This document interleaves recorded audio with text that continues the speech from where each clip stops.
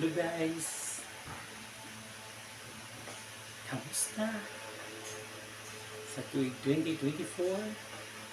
Guys, yung mga naghanap ng negosyo, bigyan ko kayo ng idea.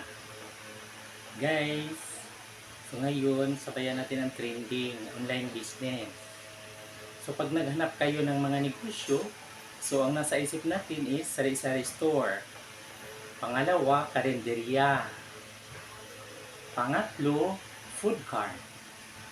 So ang pang-apat, yung laundry shop, di ba? So ang ituturo ko sa inyo, ito yung pang-lima.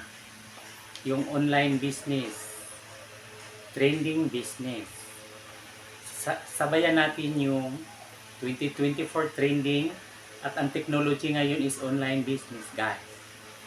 So yung estudyante, mga mama, OFW, yung lahat na professional na gusto magka-extra income, so guys, pasok kayo dito ma'am and sir. Kahit anong mga kurso, pwede ka dito. Kung gusto niyo magka-extra income, so subukan ninyo ang online business, e-commerce business. Yan.